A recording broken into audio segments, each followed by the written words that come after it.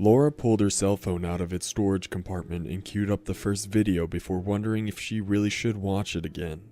They had, technically, only been in space for 8 hours with another 72 yet to go, and she'd already viewed the 3-minute clip close to 100 times.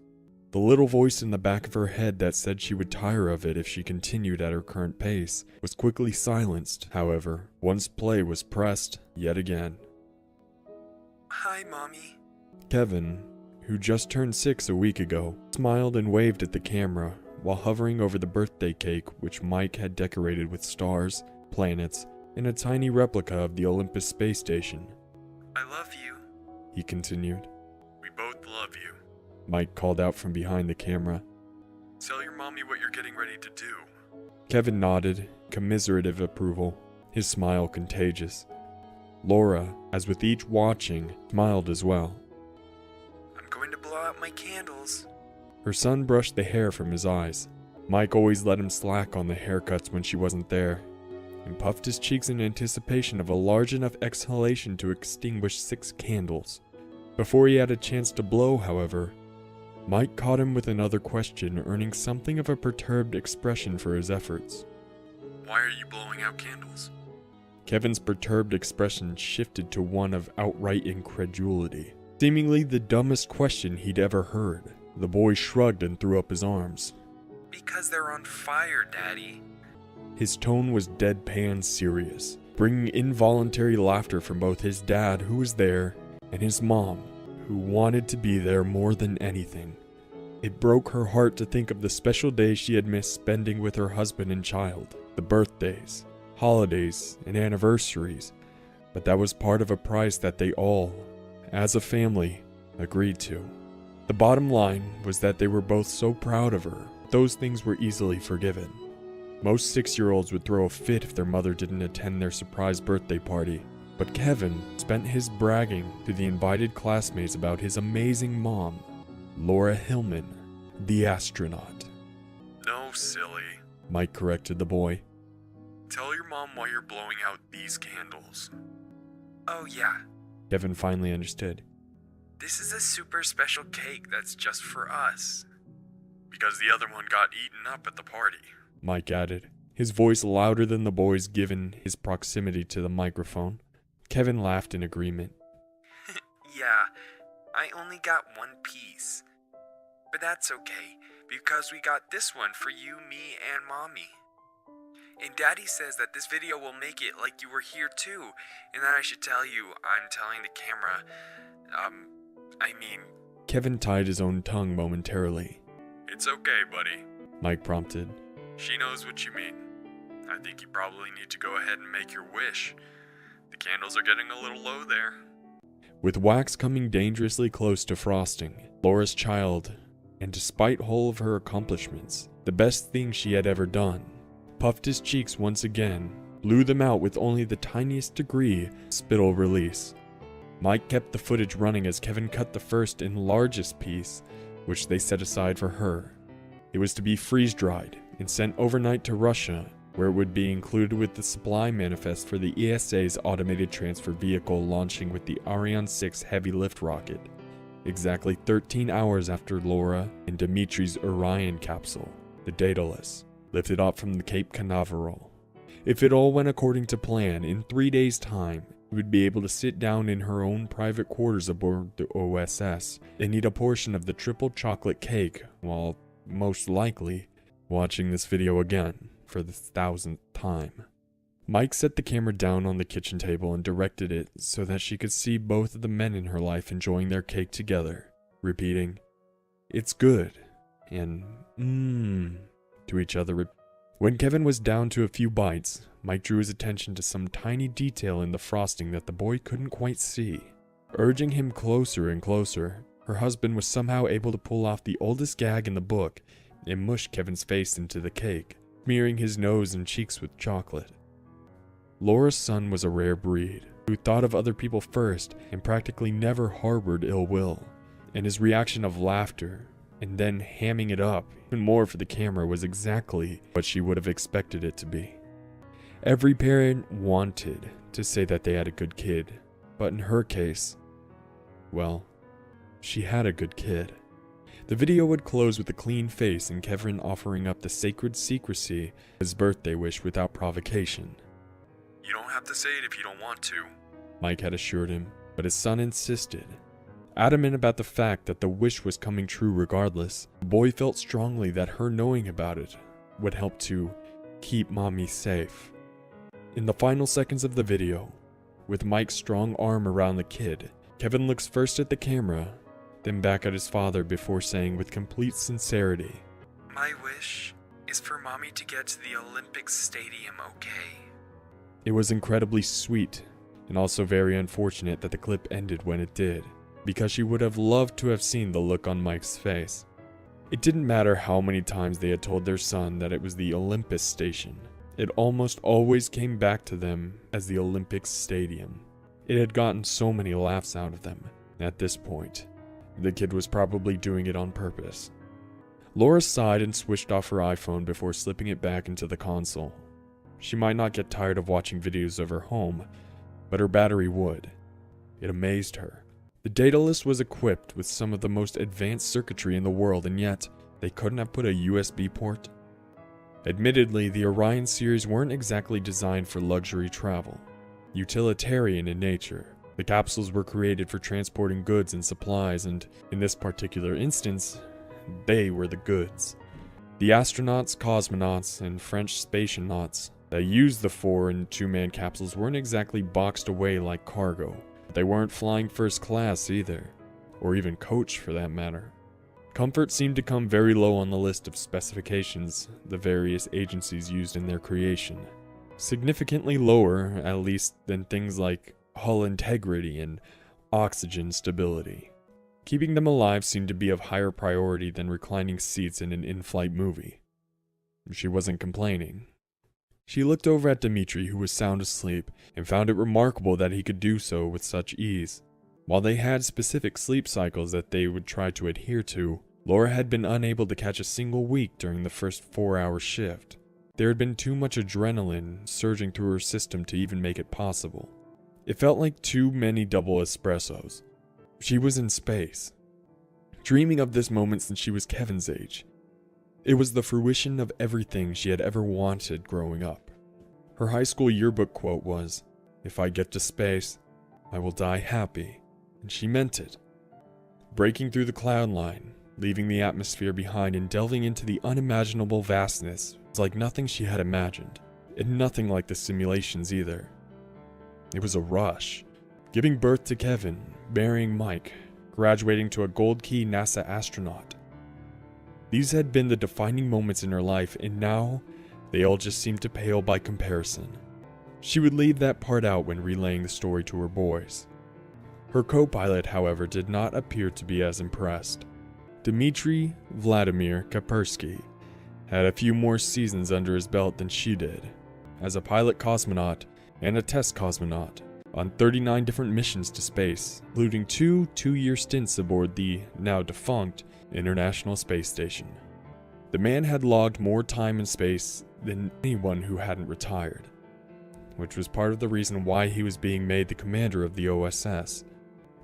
Dmitri had the type of serious temperament and fastidious eye for detail that only came from being in the game for so long. Most people that met him once thought he was a hard-ass, but once you really got to know him, well, he was still a hard-ass. But he was honest, and brave, and intelligent, and frankly, there was no one else you'd rather have watching your back. Laura had first met the revered cosmonaut 12 years ago, when she took an 8-week course he was instructing, and he had intimidated the hell out of her at that time. He had seen something in her, however, and 2 weeks into the program, pulled her aside out of nearly 300 people who all had the same dream of being an astronaut or cosmonaut and told her, "You're going to space." Unbeknownst to her, he had followed her career after that, and it was he who put in the request to have her on the station crew. Laura knew he had given a recommendation, but had no idea the extent to which he was responsible for her wildest dreams coming true. In 3 days' time, the adventure would really begin. Dmitri would be replacing current OSS commander Jill Milner. and Laura was relieving Alex Wang, both of whom would use the Daedalus to return to Earth after completing 4-year tours in space.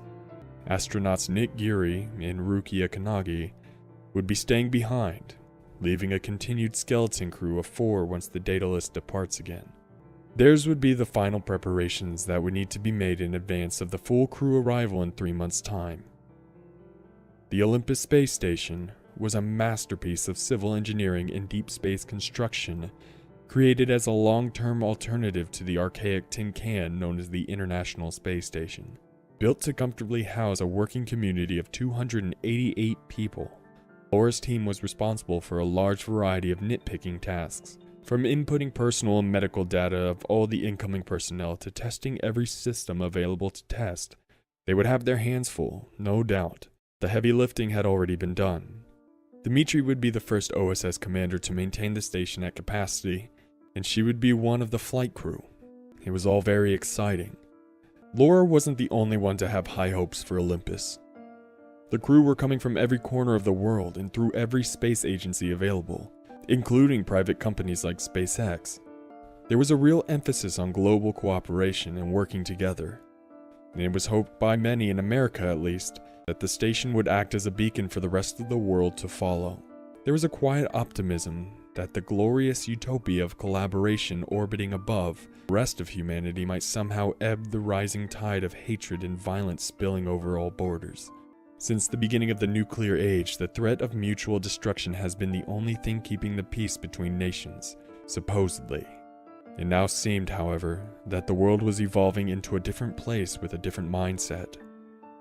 There were countries in the world with egomaniacal leaders who cared more about power than their citizens, and some who were even worse, some that cared only for destruction. There were factions of generational wealthy who funneled ungodly amounts of money into creating propaganda, distrust, riots, and eventually, war. To these people, war equals money. They just don't seem to understand that the world has the capacity for only one more war.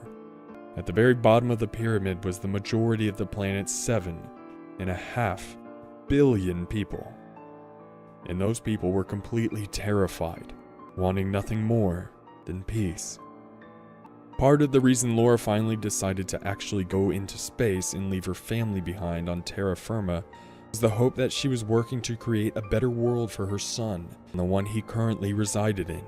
With no eye for politics or the law, the only way she knew how to do that was through science, and the idea that global resolution could come through mankind experiencing and thriving far beyond the bounds of any country or even the world itself. She didn't know if her co-pilot and future commander was going to Olympus for the same lofty idealisms that drove her, however.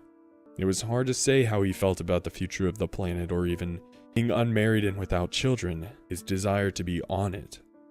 Heart-to-hearts weren't exactly his strong suit. Motivations aside, there could not have been a better person available for the position.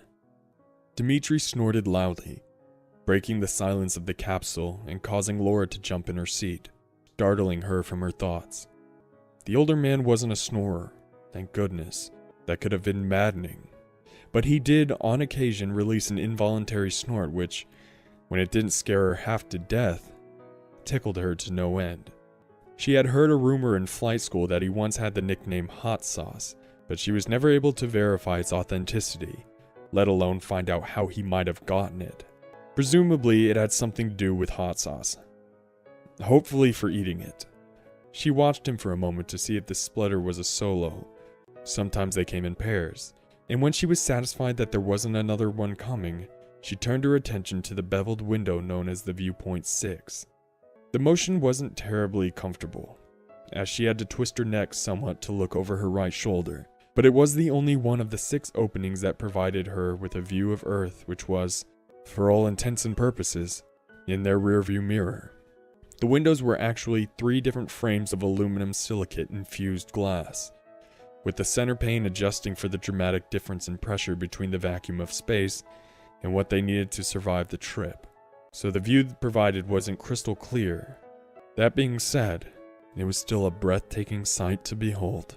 Almost as if Mother Nature had coordinated for her benefit alone, the cloud cover was practically non-existent, Even at the distance they had already traveled, the outline of the North and South American landmasses were clearly discernible in the sunlight-bathed side of the Earth, brown and green against the brilliant blues and aquamarines of the ocean.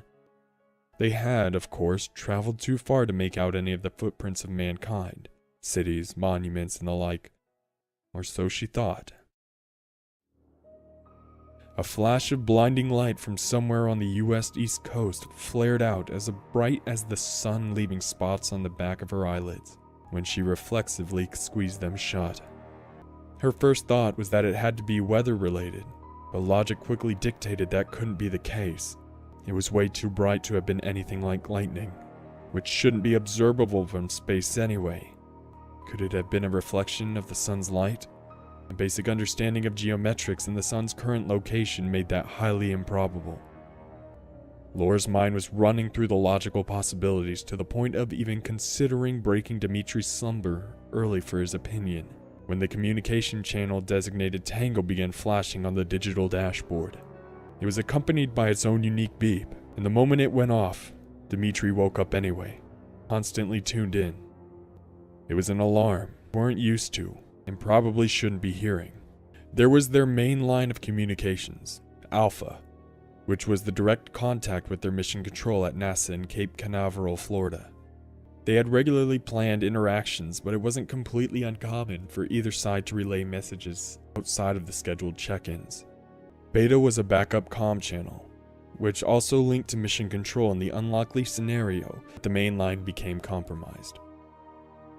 Once you got past the first two channels, you had a dozen more which were direct lines to various space agencies' mission controls around the planet. Tango was so far down the list of probable contact that Laura had actually forgotten whom it connected to, having not used it since the early days of training. Not surprisingly, Dimitri knew immediately, as he switched off the alarm and connected to the European Space Agency's mission control in Darmstadt, Germany. "This is Daedalus," Dimitri began, his English thick with a Russian accent. Pulling up the confirmation codes needed for an unscheduled transmission from his console screen, he continued. "Confirmation. Echo, Rainbow, Straw Hat, 7-4, Razor Blade." Daedalus, there's a problem. The unidentified person on the other end cut him off, seemingly unconcerned about national security since Dimitri still had 4 more verification words left to go. We're getting reports. Oh God. I don't even know how to. The man's voice seemed strained and disconnected at the time, tones they weren't used to hearing from their earthly contacts, who were trained to maintain calming dispositions when dealing with their counterparts in space. The capsule mates shared a bewildered look before Dimitri tried again. "ESA. Why are you guys contacting us?" His best guess was that they had some atmospheric questions or numbers for Daedalus to run for the unmanned supply launch that should be taking place within the hour. Perhaps an update on the launch itself. "Was there something we can help you guys with?" There was an extended silence, which was also unusual. Finally, Daedalus, when did you last report to NASA Mission Control? How long has it been? it was Laura who replied. "Approximately 40 minutes ago. Due for next communication at 0900 hours. The ESA rep left them with an extended silence yet again, and this time it was long enough for Dimitri to say, "Screw this.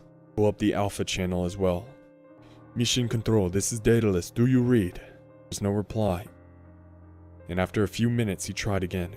"Mission Control, this is Daedalus, do you read?" You're not getting anything, are you?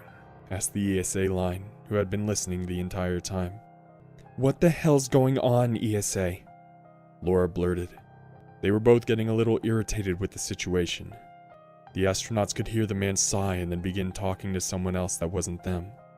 It was mostly muffled, but small bits of phrases would make their way through the unscathed, like, "have to tell," "what if it's true," and "better off than we are," before finally speaking in a voice clear enough that it was obvious he was speaking to them again. Dimitri, Laura, this is coming strictly outside of the chain of command and... Again the line went quiet, and the informal nature of the way they were being addressed was alone enough to find quite disconcerting. They both had code names that were to be used during transit. Once aboard the OSS, NASA or anyone else that wanted to make contact would be fine in calling them by their birth names. It was protocol. However, during the actual flights, he would be referred to as Handlebar, and she was Teacup. It was highly unusual to hear her real name coming from the tiny speakers in her in-flight suit, when she had been hearing Teacup since day one of the mission's training period, and it made her squirm uncomfortably, strapped into her seat. "What the hell is going on there, ESA?" Dmitri blurted out, seeming to recognize the difference between the intentional silence and signable tangibility, which Laura was suspecting. The voice, with German inflections, finally replied, but not before they could both hear a blood-curdling cry coming from somewhere else behind him. It was enough to send shivers down both their spines as they looked at each other, searching one another's face for any sign of understanding, each hoping the other might have figured out what was happening. "I'm sorry, guys. Things are going to hell right now. This is Dolph Wiener." They had both worked closely with the man in the past, and it was somewhat surprising that neither of them had recognized his voice, but, thick in panic, it was undeniably different now. Dolph, much like Dmitri, was very well respected for his experience and tenure in the space and aeronautics fields. Cutting his teeth at NASA, straight out of MIT, he bounced between the government sectors and private corporations, like Northrop Grumman and Boeing, before finally ending up with the ESA as its mission control director for the sunset years of his distinguished career. For someone of his caliber to be the one establishing contact was just wrong. "I don't want to be telling you this, but somebody has to. Things have gone to shit down here. It's war. The big one. I think NASA is gone." Dmitri struggled to grasp what Dolph was trying to tell them, but Laura immediately thought of the flash and knew. "Gone." Dmitri's voice was confused. "What do you mean, gone?" "Nukes, Dmitri. The bastards are all using." The signal went dead, its light extinguishing as well as to signify that the man hadn't just stopped mid-sentence. Laura twisted her head back to viewpoint 6 and released a horrible scream that echoed off the capsule walls long after it ended in a tormented moan.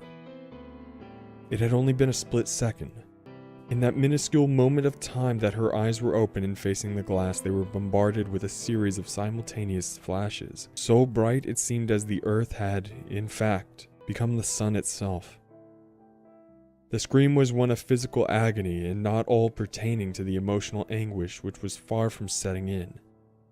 Even though her brain had realized what was happening, the thoughts of her husband and child being burned away to a pile of nuclear ash, or even worse, living through the blasts, hadn't set in yet. The shock of being so suddenly and completely blinded kept everything else at bay. With quicker thinking than Laura displayed, Dmitri activated the solar shield, which blocked very nearly all outside light with the type of tint one could watch a solar eclipse through, and unlatched himself from the seat to set about doing whatever he could to treat her eyes. Although neither of them were doctors, it wasn't as if they were without medical training altogether. Every person that went into space, especially those expecting extended stays, were required to learn just about everything first-year med students were taught. Laura's entire body vibrated with involuntary shaking, a physical reaction to the trauma of having her eyes open and not seeing anything but the assortment of flashing spots, over and over again. At the periphery there seemed to be some acuity, but if she shifted her gaze to any area she thought she might have taken in a small bit of Dimitri's movements, it was filled with the disruptive optical echo. In the thousands of times she had been required to spend extended time in the tiny cramped spaces that being an astronaut required, she had never once experienced any claustrophobia, and now, without warning, Laura was overwhelmed with the sensation of being trapped in her own body, Struggling for breath, she was vaguely aware of her co-pilot's voice doing the best it could to calm her histrionics, but it was distant and foreign. The visual barrier somehow reaching into her mind to affect her cognitive abilities. It took several long minutes, and his placing a medicated bandage over her eyes for his words to slowly sift into any recognizable form of communication. Solar retinopathy. No, it's terrifying. Not permanent. He placed one large palm on her forehead with his fingers drifting into her hairline, and something about the warmth and pressure of it eased the hyperventilation and calmed the tremors from her body, much as Dmitri had intended it to. It brought back warm and comforting memories of her father, who used to do the same thing when she was a small child. Once we get aboard Olympus, we'll be able to treat it better. And you could be seeing fine in just a few weeks. Laura nodded her head to convey that she not only heard the statement, but also that she was back in the realm of clinical response, and Dmitri seemed to understand its meaning. Good, he continued. Okay, listen. I need you to keep your eyes closed for now and do your best to stay calm. He sighed in a way she didn't think she'd ever heard before, and finally asking, Does it hurt? She nodded. The two small bonfires beneath her eyelids kept her from little more than a responsive state, while the shock momentarily held the rest of reality at bay. She could hear him rummaging through something, airtight foil being removed, while she concentrated on the burning and flashing lights that inundated her optical nerves beneath closed and covered eyes. In a moment, his voice had returned to her side. I'm going to give you a fentanyl dose. She nodded again, and when he gently slid the plastic tip of the nasal applicator for the synthetic opioid into her right nostril, he said, On 3. 1, 2, 3. Dmitri squeezed the bottle as Laura inhaled deeply, and the medication began to do its thing almost immediately. Within 30 seconds, she was granted relief with the sweet embrace of darkness offered by unconsciousness. Shortly after that, she found herself in the loving arms of Mike, with Kevin desperately trying to squirm his way from between them. The three of them were in the double king canopied bed that Mike had insisted they spend too much money on, wrestling and tickling each other and reveling in the unabashed and unrestrained joy of being a family in love, and of being all together, which was truly a rare thing. Kevin would pretend to try to get away, but only so much as to reposition himself at an angle to get at her weak spot, between the ribs, just below the armpits. The child was getting stronger every year, but with Mike's assistance, they were able to keep in between them and smothered with kisses. It was a moment that they would have all been happy to have last forever. It didn't. In unison, Mike and Kevin quit laughing and sat upright in the bed, smiles completely erased. Her husband and child each turned to face her, and the expressions of fear etched upon their faces were enough for her to bolt upright as well. Perhaps it was a reaction to Kevin taking her hand or Mike saying, I love you both so much. But the fear they seemed to be feeling gripped her by the throat as well. Suddenly terrified by the certain knowledge that some impending doom was imminent, all she had time to do was shed a single tear when the bay window flooded the room with blinding and oppressive light. It consumed them, and the smell of burning hair filled their nostrils before the wall of fire came through to wash them away. It was a momentary relief when the psychological sledgehammer of a dream jerked her back to a waking state, but the moment was short-lived. Discovering yet again that she had been blinded, hopefully temporarily, the reality of her situation setting back in was just as horrific as the dream had been. She could hear Dmitri, and he was speaking to someone. I'm telling you, there's nothing. It was Rukia Kanagi's voice. Dmitri was communicating with the OSS. We've scanned the entire planet, sir. There are no signals of any type. We've gone over every known man-made frequency in the database. I think...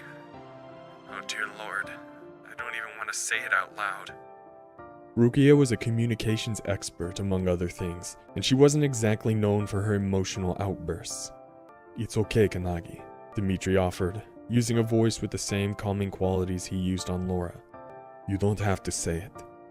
There were a few minutes of silence, and Laura wondered if she would let them know that she was awake when Rukia's voice filtered through the speakers in her flight suit again.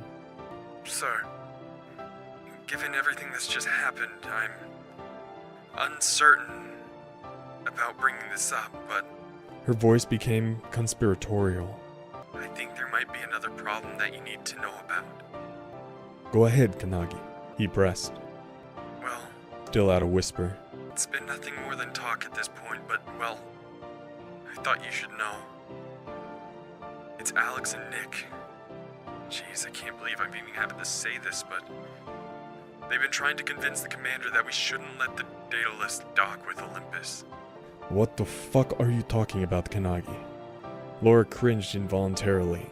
She had never heard Dimitri cuss before. She could only imagine what Rukia's reaction was. It took a moment for her to respond. Sir, I can't stress enough that they're simply suggesting it as a hypothetical. I know these people, and I can't imagine that they'd really do it. It's just, well, right now the food supplies are somewhat low.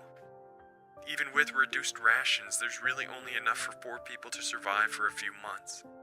Everything that we needed to keep a continued supply of food was supposed to be on the Arion 6. All the seeds for crops and enough MREs to last 300 people a decade were on that supply ship. And, well, we've not been able to verify if she got off the ground before the shit hit the fan. Until it clears the Van Allen belts, we're not going to be able to lock on to her signal, and that won't be for another 6 hours, assuming she's even out there.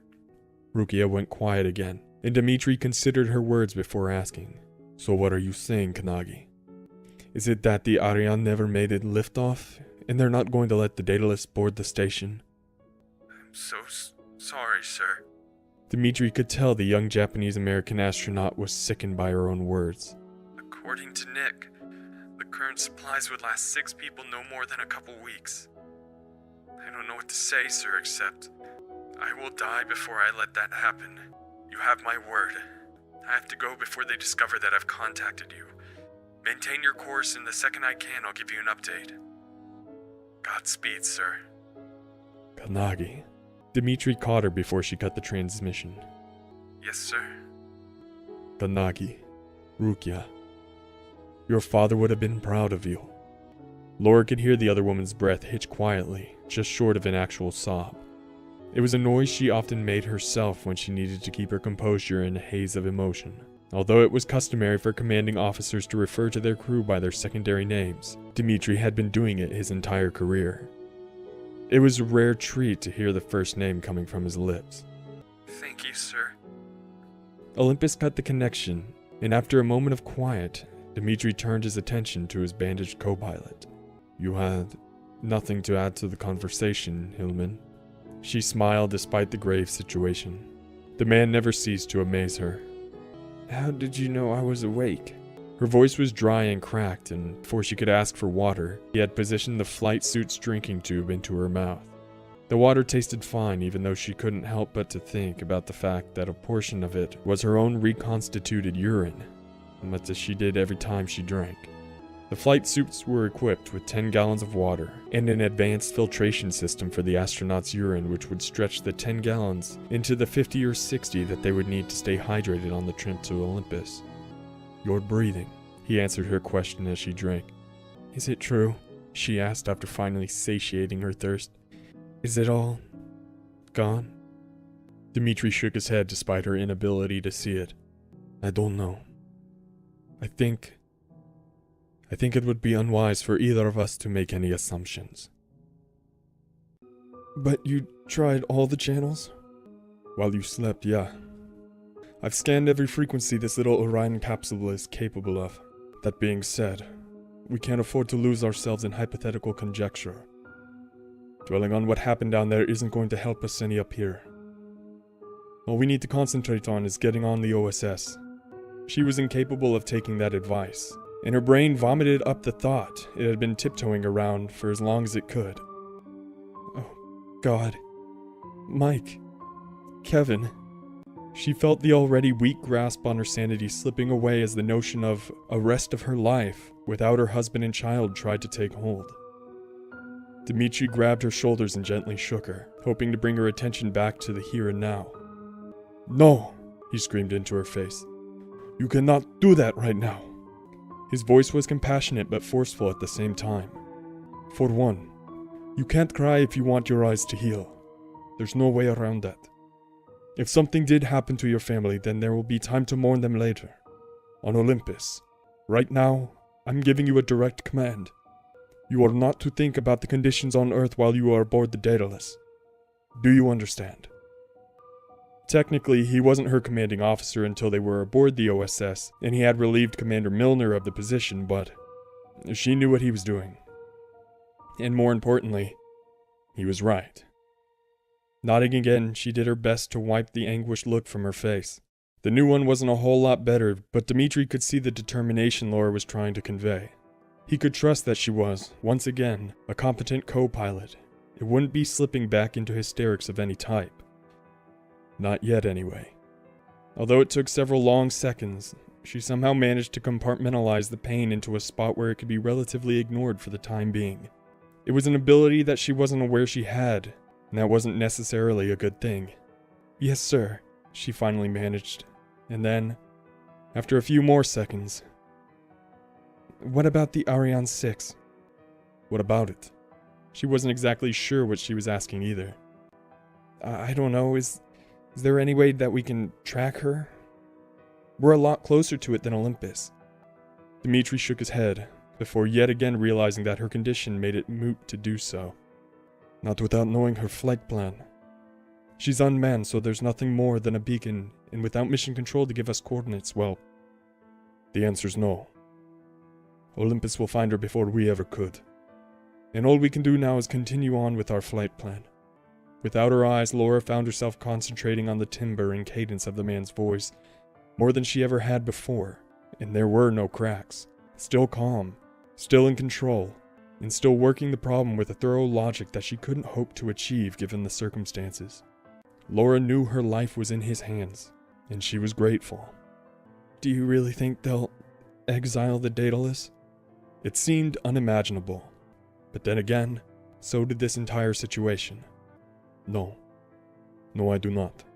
She could hear the certainty in his voice. How can you be so sure? Because I know Kanagi and Commander Milner won't let it happen. Wang and Giri had a knee-jerk reaction. Panic and fear makes some men revert to base instincts, but they will come to their senses. It's been my experience that those who make it to space generally have a strong reverence for life. Okay, I believe you. And she did. They sat in silence for 30 minutes before Dmitri broke out their meal injections. Being that a toilet was one of the amenities the Daedalus lacked, solid food consumption was out of the question. A pre-launch colon cleanse combined with the injections that contained all the vitamins, proteins, and nutrients their bodies required made the process possible. Which wasn't to say that it was pleasant in the least. Several days of tapering off the injections and slowly reintroducing food to the system was required afterwards, and it could be several weeks before your stomach was ready for a spicy burrito again. Fortunately, they were privy to the most advanced supplies available, and their nutrient shots came in the MIT-engineered devices which injected their food without needles, delivering a high-velocity jet of liquid that breached the skin at the speed of sound. They included appetite suppressants as well, which kept the tummy from rumbling its disapproval at the unnatural attempt to sustain its needs. Everyone a growing cosmonaut needs to become big and strong, Dmitri said as he depressed the injection into his neck. It was the same thing he said every time they ate. His consistency was doubly reassuring in that moment, and for the upteenth time she thought, thank God for Dmitri.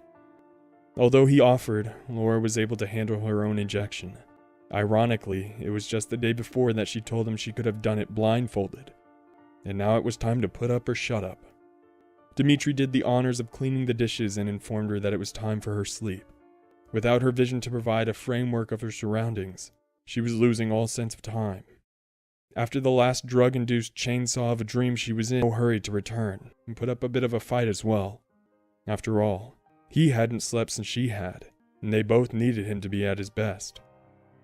Or at least, better than he would be if sleep deprivation took hold. Her arguments held no sway, however, and he pulled premature rank on this capsule mate once again. Finally, she agreed.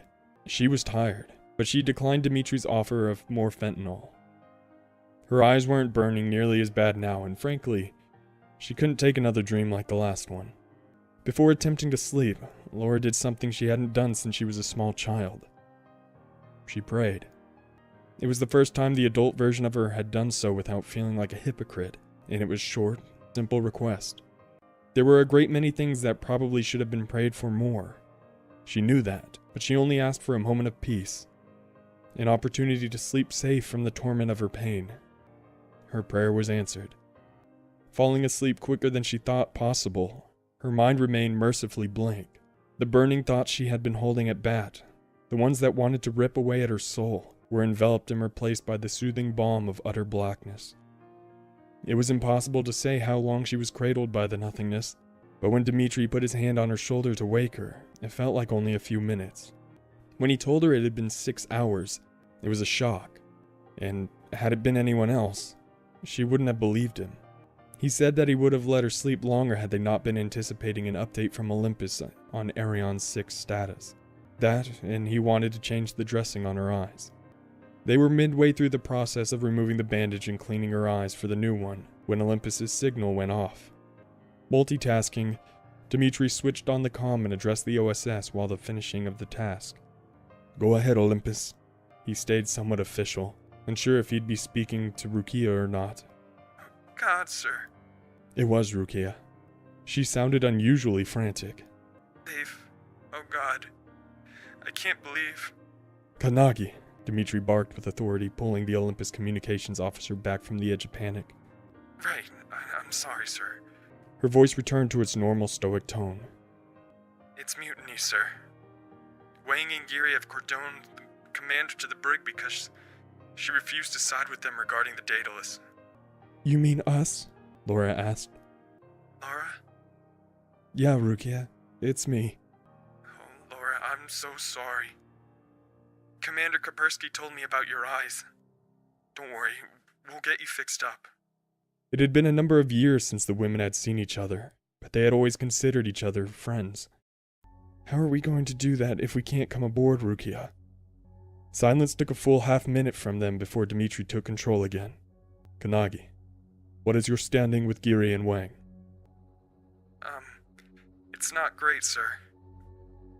Dmitri chuckled, seemingly getting the answer he was expecting.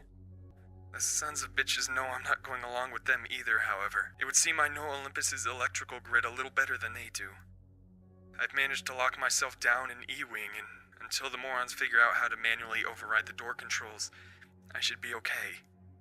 I've rerouted communications in most of the central systems so that I can control them from here. Dmitri was impressed. For that matter, so was Laura. She had always thought of Rukia Kannagi as a competent scientist and an advanced electrical engineer who most likely had a kind heart, but this fierce loyalty and bravery was really showing her something. In the wake of extreme tragedy, people's true colors were bleeding through facades they liked to present, and Rukia's were downright admirable. "You're a smart girl, Kannagi," Dmitri offered. Well, sir, I don't know about that. I may have control of the OSS right now, but the one thing I have absolutely none of is food. I've got maybe 4 days tops before I'll have to turn the station back over or risk dying, and having the whole place go down as a result. "Kannagi, can you control the docking ports from your position?" Laura broke in, and Dmitri, knowing where she was going, nodded in agreement. It was the only way any of them could go without resolving themselves to disagreeable deaths. That was the entire reason why I stole control of Olympus, Laura. At your current trajectory, you should be here in 56 hours. I'll make it that long. That's not the only problem, though. Even if I get you hooked up at the station, that doesn't mean that I'll be able to keep Giri and Wang from greeting you at the door as you come in. "You don't need to worry about that, Kannagi." Dimitri's iron tone put it to rest. "All I want you to do is keep yourself safe until we can get there to help you. Do you understand?" Yes, sir. Commander, sir.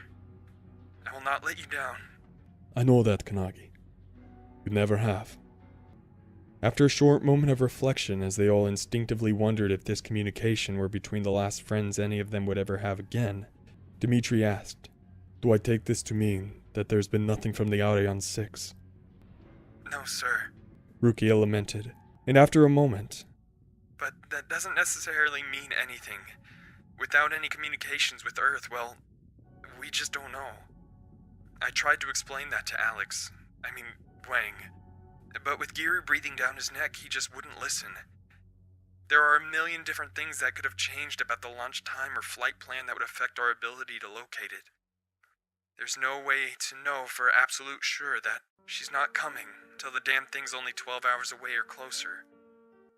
So it'll be, like 2.5 days before I can narrow the search enough to say definitively, one way or the other.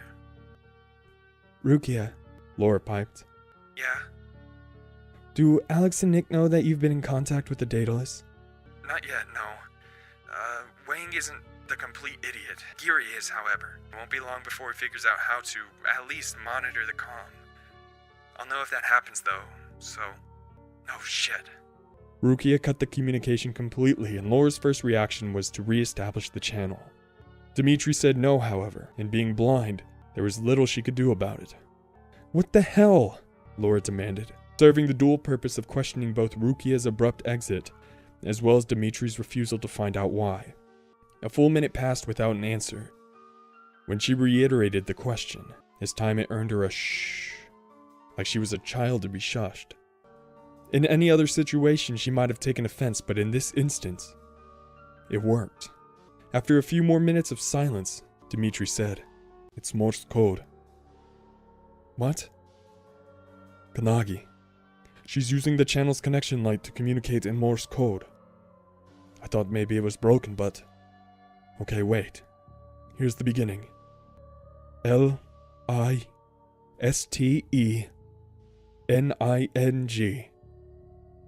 DOCK.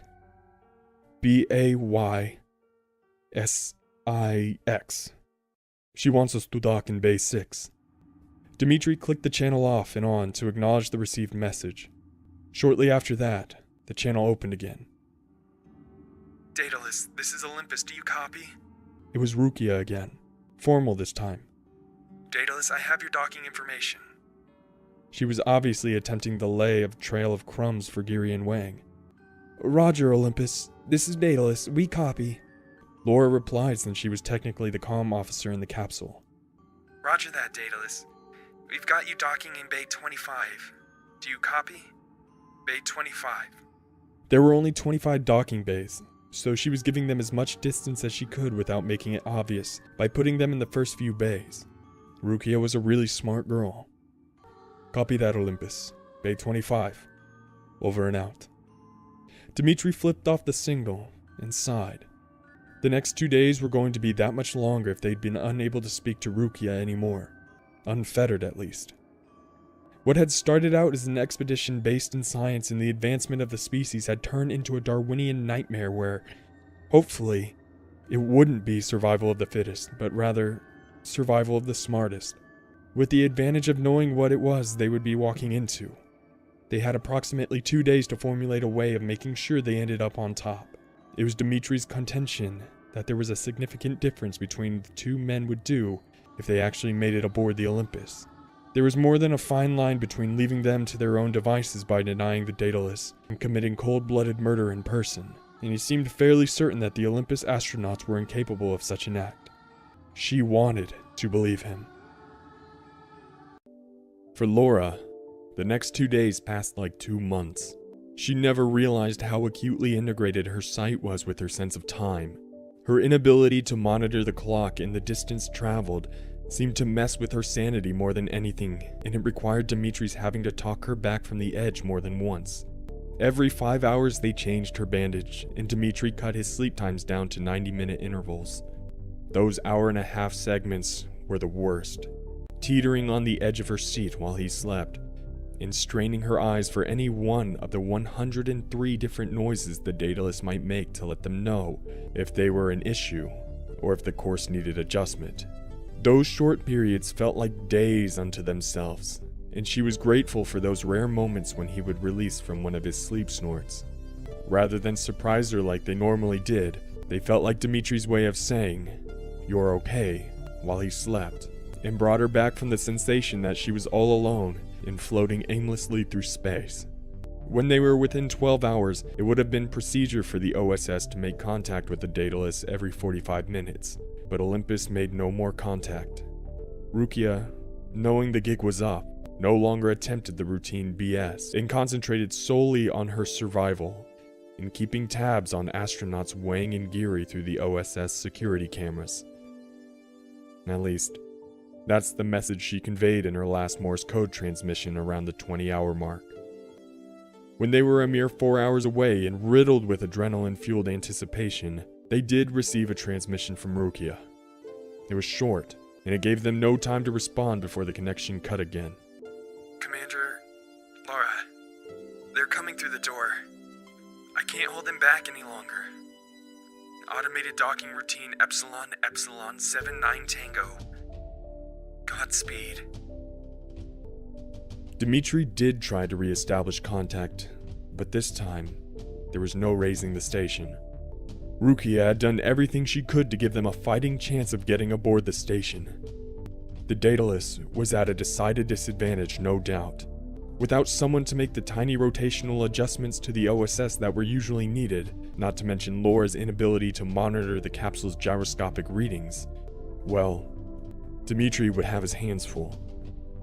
What he did have, however, was the exact same pitch and roll the station would be, along with his remarkable gift of being able to fly any vehicle designed for zero gravity with the precision of a machine.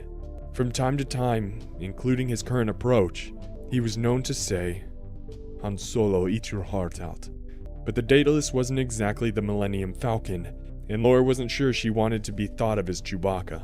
She did her best throaty grrr impression of the Wookiee regardless, and Dmitri unleashed his first authentic laugh since they had left Earth. There wasn't much to it, but it was a moment they both needed, the tension palpable and suffocating. Olympus was enormous. It was the first trip for either of them, and it could be seen by eye at nearly 500 miles. The closer they got, the more Dmitri marveled at its size and struggled to verbally describe it to Laura. Even though he knew specs by heart, it was so much larger in person than he had imagined. At 500 yards, it was like navigating the capsule above a large city, a city which was rotating at 50 miles an hour. Bouncing between his manual controls and Laura's gyro readings, Dmitri was a one-man dynamo, navigating the Daedalus like it was an extension of his own body. He somehow made the piece of unwieldy metal and its 24 opposing jets control like a sleek flying sports car. Even without her eyes, Laura was impressed. Dmitri had to circle the OSS twice in order to bring the Daedalus into alignment with Docking Bay 6, and then rotated an additional 4 more times with the station before making sure the capsule was locked into the magnetic hold with an airtight seal. Once the green light for the first stage of decompression came on, they knew they needed to move quickly.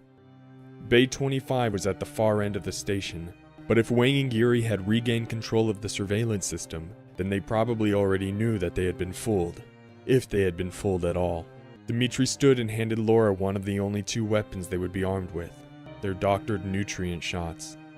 The usual sustenance they contained, however, had been removed to make room for their homemade roofie cocktails, or at least the closest facsimile they could create without actually having any Rohypnol on hand. Instead, each injector was repurposed with the entire supply of fentanyl, promethazine, and diphenhydramine they had on hand. In theory, it was both a non-lethal and quick-acting solution to possible aggression, which should put a man 3 times the size of Dmitri down for the count. It was hard to say how long they would be unconscious, but all they really had to do was get the men behind bars. They could decide what to do with them later. Laura stood behind him, keeping her hand on the shoulder of Dmitri's flight suit as they made their way through the capsule's door and into the short decompression tunnel which led into the larger world of Olympus. Unlike Dmitri, who seemed solid as a rock, her legs were weak and shaky from sitting in zero gravity for so long, as well as being unable to see her footfalls now that gravity had returned. They shared a moment of legitimate concern while waiting for the tunnel to decompress once the capsule was sealed off. It remained unspoken, but they both knew that if Rukia had lost the station's controls to Nick and Alex, this would have been their ideal opportunity to see to it that they didn't make it aboard. If they had really regressed to the primitive point of being cold-blooded killers, then now was the time to get it done without dealing with the actual blood, cold or otherwise. 2.5 very long minutes later, they were able to breathe a combined sigh of relief as the door to Olympus slid open. Rukia came through for them. Bay 6 was large to say the least. not designed for receiving personnel. It was crammed with robotic assembly line loaders and unloaders, as well as a lot of empty space. It made sense for Rukia to have them come this way if they were trying to be discreet, but it wasn't the easiest route to navigate with a blind woman in tow. Not to mention that they had really been hoping to see the lockers they would have found in the docks made for receiving crew. They were both anxious to get out of their flight suits, which, no longer free of gravity, had become quite cumbersome. Taking longer than he'd hoped, but quicker than he expected, Laura and Dimitri found themselves before the enormous set of electric sliding doors that let them into an equally large hallway which would, in turn, open into one of the station's main arteries. They kept a steady pace toward the doorway until the motion sensor slid the barrier aside, when Dimitri came to an abrupt, unanticipated stop which sent Laura smacking into his back. His body felt rigid. "What is it?" Laura whispered from behind him. "Two men. Waiting. Them, I guess." Dimitri did not lower his voice, which seemed to imply that they had not been made. "Be ready." She knew exactly what he meant, and clutched the tranquilizer in her hand ready to depress the button at a breath's notice. They stood quietly for several long seconds before he spoke again, this time much quieter than before. "They're not doing anything. Just sitting there on the floor next to the door." "Do they see us?"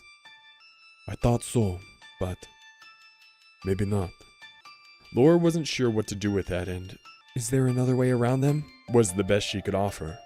She was more than at any point before infuriated with her inability to contribute more to the situation. Hell, she would have been happy just not being a detriment. Keenly aware that Dimitri would take responsibility for not just his own safety, but hers as well. If something were to happen to him because he was trying to save her, well, it was another one of those thoughts that needed to be packed away somewhere in the deep, dark corner it would share with Mike and Kevin. "No, it's the only way through. One is moving. I think he may see." Dimitri went quiet, and then Laura could hear another man's voice coming from not too far ahead. "No. No fucking way. Who the hell are you?" There was genuine shock in the man's voice. Or perhaps insanity. And the next few moments came in a rapid flurry of frenzied activity. She could hear the man scramble to his feet and run headlong towards them while screaming, "I don't believe it. You're not real." There was a thud from all three men, as one of them made contact, sending Laura to the floor while Dimitri seemed to be wrestling with the attacker. "You're real! You're real! You're fucking real!"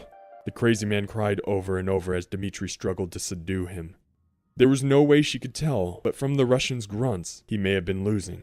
Laura struggled to get back to her feet and still kept a firm grip on the injector when she heard the other man call out from the end of the hallway. "It's open, Alex! You have to come now!" She did her best to try and target the second man so that they wouldn't be able to double-team Dimitri, and was going to put herself between them as best she could when the struggling astronauts made contact with her once again, sending all three of them to the floor this time. Somehow she found herself atop the sweating, panting madman, and with a deftness she hadn't imagined possible with her blindness, she plunged the tranquilizer into his neck. Almost instantly he ceased moving, and his breathing became calm and even. It had worked. "Dimitri?" she whispered, and from beneath her, he replied, "Wrong guy," was all he managed to gasp, and she suddenly realized that she was feeling the cosmonaut's flight suit on her palms. Damn it, straight to hell. She had injected Dimitri. She was trying to help, wanted to help, but it had all been so disorientating. She could only hope that he wouldn't blame her later. Assuming there was a later. There was no time for guilt in that moment, however, as her mind calculated the math equation of what two crazy guys plus one her would equal. Laura climbed over his sleeping form as gently as she could, only to fall over once again on yet another unconscious body. Dimitri had apparently gotten his shot in after all, and crazy guy number one was out cold as well. While that was a good thing, she supposed it made her feel twice as bad about drugging the man that had been keeping her alive. If she had only left well enough alone, he would have been fine, and they would still have another shot for the second psycho. Once she finally found her feet, which was no easy task, Laura had absolutely no sense of her bearings. She might as well have been back in space for the ocean of darkness she was swimming in. No idea what direction her assailant would come from. every nerve tight, every hair standing on end. She battled to keep her breathing slow and steady, if for no other reason than not to overpower the ability to hear her immediate environment. Locating the remaining aggressor by sound was already hard enough with her heartbeat pounding in her ears like a jackhammer.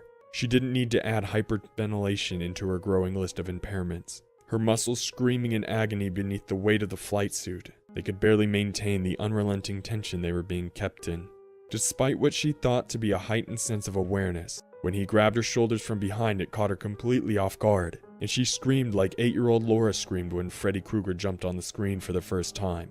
It was a cry of pure, unabashed horror, and the fear only got worse as he began to drag her down the hall. The most terrifying thing of all was that, no matter how strong an effort she wanted to put into fighting him, she was no match for his strength. Being out of 0G for less than an hour, and given everything she had already encountered in such a short time, her body was in no condition to challenge him. The man said nothing as he drug her, slightly squirming, and it seemed he had gone a considerable distance. They had obviously made it into Olympus's main hall, but she had no idea where he was taking her. After several nightmarish minutes of feeling like a fly being pulled away by a spider, he seemingly found a place to his liking, and after hearing a door slide shut behind them, Laura found herself being lowered into a seat. The man left her there, and she could hear him rummaging through things on the far end of the room. She considered making a run for it, but the futility of the act, which was likely to be more comical than successful, kept her in place. Before too long, his heavy breathing was back, and he returned with a metal tray of clinking items. Weapons?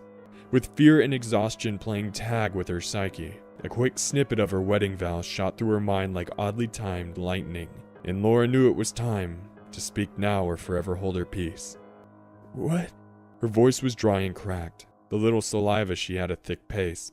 "What are you doing to me?" There was no part of her that wanted to know the answer. The question was really just a last-ditch attempt at conversation, in the highly unlikely scenario that she could talk her way out of not dying, or at least not being tortured before she did. The man was quiet for a moment, and Laura hoped he was reconsidering whatever perverse avenues he planned to go down. Finally, he gave a long guttural sigh, sounding nearly as tired as she was, and spoke. "I'm going to try to save your life. And mine while we're at it." The man's voice was deep, with a hair of British inflection, reflecting his nearly 30 years removed from the English territories. "But for now, we're going to start by having a look at your eyes, getting you out of that Zoom bag." This was not what she was expecting, and it put her off her second line of conversation completely, which was to start begging for her life. "And since I answered your question," he continued, "I'd appreciate it if you'd answer one of mine. Exactly who the hell are you? And how the hell did you get here, miss?" I guess that's 2 questions. Given that nothing else in the last 4 days had been remotely close to normal, it didn't really come as too much of a surprise to see the trend continue. She was confused, to be sure, but more than that, she was relieved. Not being tortured and killed in the depths of space, where they say screaming isn't heard terribly well, put her mind at ease considerably. "I'm astronaut Laura Hillman, and I got here on the Daedalus with your new commander, Dmitri Kaspersky." After another moment of silence pondering her unseen companion, blurted out, "Psycho bitch." And Laura flinched instinctively. The man put his hand on her knee. Perhaps to comfort her, she nearly fell out of her seat trying to pull away. Suddenly, quite wary of her imminent safety again. "I'm sorry." He apologized several times over as sincerely as he could. "I didn't mean to scare you. I wasn't." He sighed. "Listen, I'm Nick Geary. You can call me Nick. I'm the medical officer on board the Olympus, until the crew gets..." Nick trailed off, realizing his own mistake. "Well, I'm the medical officer. If you'll let me, I'd like to take a look at your eyes and see if we can't get you fixed up. After that, we need to get you changed into some real clothes. And as much as I hate to be a pain, we probably need to do these things at an expedient pace. I don't think it's wise for us to stay here too long." Every time she thought she was beginning to grasp the situation, it just went right out the window. Her head was swimming in confusion. "I don't understand, Nick. We were told that you had taken control of the station and were denying access to the Daedalus. We thought you were there too. I don't know, do something to us. We were only trying to defend ourselves. Nick's response was a dry chuckle that didn't sound like real laughter.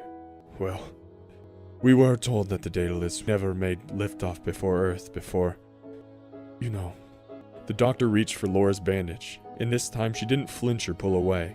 It was due more to her being captivated by his words than her no longer being afraid of him, however. It was hard to fully trust anyone when you couldn't read their face. After a brief inspection, the man who claimed to be the station's doctor agreed with Dimitri's earlier assessment of solar retinopathy, as well as the cosmonaut's confidence in its ability to be treated. This was very welcome news given the intensity of the distracting flashing that flooded her visual senses while the bandage was off. The intense light of the central medical bay playing havoc with her optical nerves until Nick reapplied a new bandage, bringing back the merciful darkness.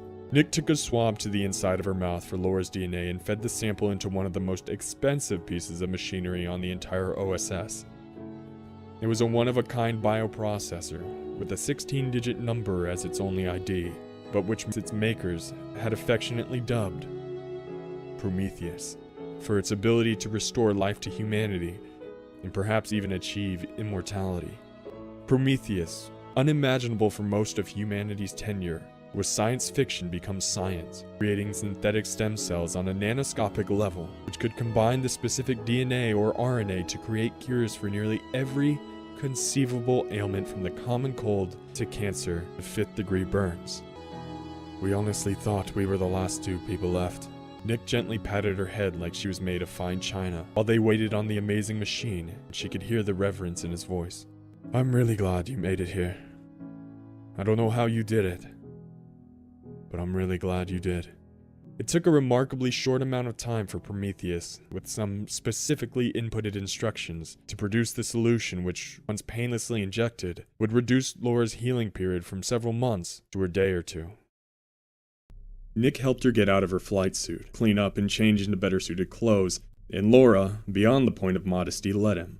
It had nothing to do with her being blind or his being a doctor either. Given the circumstances, it just didn't matter. They spoke as she changed, and she kept getting the impression that she wasn't moving nearly quick enough. Nick's increased cadence and high-rising intonation gave every word a thinly veiled sense of urgency, and without seeing facial expressions, it was the only way she had to read him. He explained that Alex had not been trying to attack Dimitri at all, but had slipped into a state of mental delirium and wanted nothing more than to verify their reality with his own sense of touch. The situation escalated quickly between the two men, and it was unfortunate for them all the way it turned out. Apparently, the strain of the last few days had been too much for Olympus's main engineer, and he had snapped long before the Daedalus made port. It hadn't helped any that the two men had been led to Base 6 by a false alarm touting blockage in a ventilation shaft, and then trapped there for the last 2 days without food, water, or a toilet of any kind. You can bet your ass there's some blockage in the shaft now, Nick joked, and had she not been standing nearly naked, it would have qualified as TMI. But instead it produced a real chuckle from both of them. Astronaut Geary was somewhat crude, with the mouth of a sailor, but she could tell, by the time she had been clean, an OSS jumpsuit on, that she really liked the man. He didn't seem to have much of a filter between his mind and his mouth, not mincing words in the least, but he seemed to be a straight shooter, which was part of what she loved about Dimitri so much, and Mike. Once she had her boots laced up, he was insisting that they leave the medbay, that they were most likely being watched. Laura refused to budge this time without some answers first. Where were they going? Why were they running? Who were they running from? On top of all that, she was demanding that they go back and help Dimitri. Yeah, they may have still been alive, but they couldn't just leave him passed out on the metal docking platform. And Alex too, for that matter. Nick could see her determination, and by her best guess, was probably too exhausted himself to drag her any further. With the frustration plainly evident in his voice and a sigh after every other sentence, Nick did his best to explain what he could. For starters, he didn't know where they were going, just that they had to keep going or risk being trapped in whatever room they happened to be in. More than 40 hours ago, he and Alex had contemplated trying to access the only real weapon aboard the OSS, a 9mm handgun locked in a safe in the commander's office. But the only way in was with a numeric code, only known by the acting commander. The idea had been nothing more than a tease to them, but Laura made a mental note. Dimitri would know that code. It was another reason they needed to go back and get him. If not sooner, then definitely later. Nick paused, and promised more answers if they could just start moving to a new location. Any new location. Laura reluctantly agreed and let him lead her, hand in hand, out of the med bay and toward the housing units. It was his contention that, being some of the only areas without cameras, if they could get into one of the apartments unseen, they could finally rest and formulate some sort of plan. He repeatedly stressed that the need for stealth was important, but she could only be so covert, shuffling along at his side and slightly behind. Nick held her left hand while she traced the cool metallic wall with her right. She tried to work through the conundrum in her head, and to her, their antagonist couldn't have been more obvious. "Commander Milner," she said, her voice just above a whisper. Without slowing his pace, Nick looked over his shoulder at her. "What about her?" He shared her hushed tone, and Laura found that she actually preferred it in her current state of blindness. There was something about the tone and volume of the words that came her way which affected her ability to process them properly. Having to rely solely on an auditory palette for the world to color itself had created unique and surprising effects on the way her brain was rewiring itself. But this was hardly the time for scientific analysis. For that reason alone, she hadn't even begun to wonder why all the abstract hums, beeps, whirs, and other background noises that made up the station seemed to drift through her mind as vibrant colors, instead a cacophonous kaleidoscope of Olympus's soundtrack. It made her dizzy, if she let herself focus on it. "That's who we're running from. Commander Milner. I bet she went off the deep end, like Alex except worse. She deceived all three of you and tricked you into doing exactly what she wanted you to do. I mean, I haven't got it all figured out yet, but it's something like that, right?" This didn't seem to halt Nick momentarily, and just as she was sure he was about to confirm her suspicions, he said, "Are you hungry?" Offbeat and random seemed to be the man's forte, and Laura's mouth literally dropped open. In point of fact, however, she wasn't. It would be another 12 hours at least before her body would be ready to start accepting solid foods again. "I can't eat. I just boarded. Didn't you say you were the medical officer?" She was teasing with her jab. Under the current circumstances, anyone could be forgiven for a large degree of scatterbrain. "Of course," he agreed. "However, I'm hungry." As if on cue, his belly rumbled in confirmation. "I helped myself to a nutrient shot back in the med, but we hadn't eaten in a couple days. I'm going to need a little something." Laura had no great alternate plan to propose, so she simply shrugged her shoulders as if to say, "Whatever," and allowed him to adjust their course accordingly. They shuffled along quietly together for some distance before Nick finally revealed what had been troubling his mind. "Commander Milner." His voice was soft and low and conveyed a somber seriousness. "Made sure that everyone called her Jill. She was unlike anyone else you'd ever meet. She was a pioneer, and in my personal and professional opinion, she could have been one of the greatest deep space astronauts of all time. The commander was something of a hero of mine. I would have given my life for hers without deliberation." The anguished pain she heard at the edges of his sentences sounded like it might break into sobs at any moment, and she totally understood when he needed the time to collect himself. Within a few minutes, they found themselves in Kitchen C, just outside of Cafeteria 47, otherwise labeled the Rainbow Room Bar and Grill.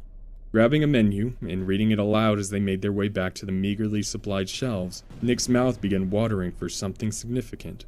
But he would have felt like a hypocrite if he had taken the time to fry a steak or whip up some bacon and eggs when he had pressed her so hard about their mobility while she was struggling to get out of the modified spacesuit.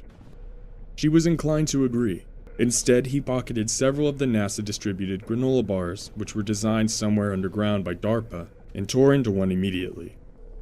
Laura was quite familiar with the bars herself, having on more than one occasion brought them back home to Mike and Kevin, who had liked them a lot more than she did.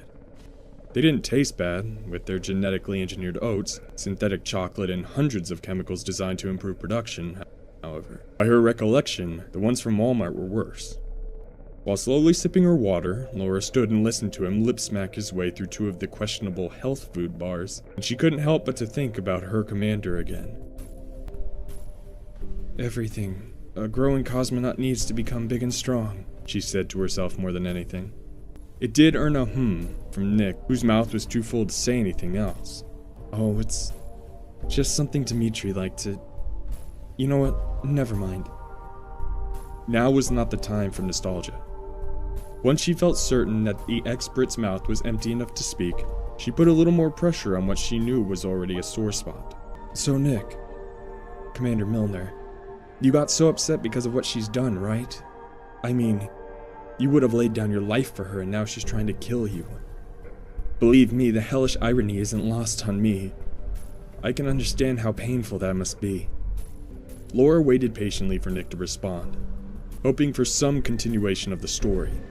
There were still so many questions that needed answering, not the least of which was, where the hell was Rukia in all of this? She had been wary to bring up the subject of her friend since the last time they heard from her. She painted quite the picture of opposition between herself and Nick in particular. As she waited, his unspoken seconds turned into minutes, and the longer it stretched, the more uncomfortable she began to feel. She would have given anything to see his face. There was no way for her to know exactly how much time had passed before Nick cleared his throat and broke the silence, or that he had been spending those minutes fighting to keep his emotions in check. But it was long enough that she would have said something herself, had he not beaten her to it. "You've got it wrong, Mrs. Hillman." "Laura," she corrected him. "Laura's fine." It wasn't so much that she felt the current situation dictated less formality, which it did, but rather a case of her really not wanting to hear her last name, Hillman, said aloud. It was the name she took from her husband and shared with her child, and unfortunately, she might never be able to hear it again without thinking of them both involuntarily. It was yet another unanticipated idiosyncrasy in the brave new world that was the rest of her life. "Laura. Right, of course," Nick agreed before releasing his 100th sigh in the last hour. "There's no really easy way to say this, so I guess I'll just say it. The commander is..." Nick didn't get to finish its sentence, or if he did, she was unable to hear it. Without warning, a vibrating alarm filled the room, echoing off the kitchen's metal walls and creating the effect of 2 or even 3 sets of competing digital beeps. It was accompanied by flashing red emergency lights she was unable to see, and when Nick spoke again, he had to do so at very nearly the top of his lungs. "It's a lockdown," he screamed. "She's found us. We have to go now." Grabbing her hand, he jerked her towards the door with significantly more force than he meant to, almost sending her to the floor again. As difficult as it had been trying to navigate her environment without the benefit of sight, it was unimaginably worse now that her hearing was being taken away as well. The simple act of just placing one foot in front of the other became a Herculean task, and Laura allowed herself to be pulled more than progressing by her own volition. One foot shuffling behind the other, she prayed she wouldn't trip over anything, including her own feet. Well aware that she wasn't being expedient enough, it didn't help when Nick called out something from in front of her, most of which was lost to the audio assault. All she was able to make out was, "Need to hurry and trapped for good." She felt like she had a pretty good idea of what he was trying to get across. They made it out of the kitchen just before the doors sealed behind themselves, and the blaring echoes behind them apparently locking the process. Part of the way through the rainbow room before the familiar alarm erupted again. The open space and linen-draped walls of the dining area absorbed a large portion of the mentally grating blast, allowing her to think and walk a little straighter than she had in the confined spaces of the kitchen. Moving much quicker as a result, the motley pair easily made it out of the lounge.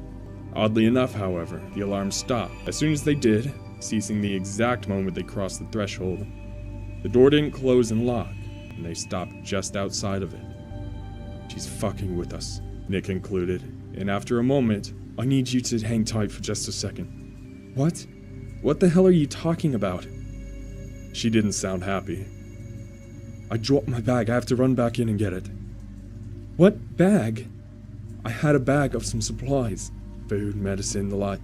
I've been grabbing stuff as we went, and it must have fallen off my shoulder back there. I think I see it. It's not far. It'll only take a moment to run back and grab it." "What about the door?" Laura asked. "The alarm?" "That alarm is nothing more than a 20-second warning of a lockdown, even if she shouldn't be able to override it. If it goes off again, I should have more than enough time. I'll be quick."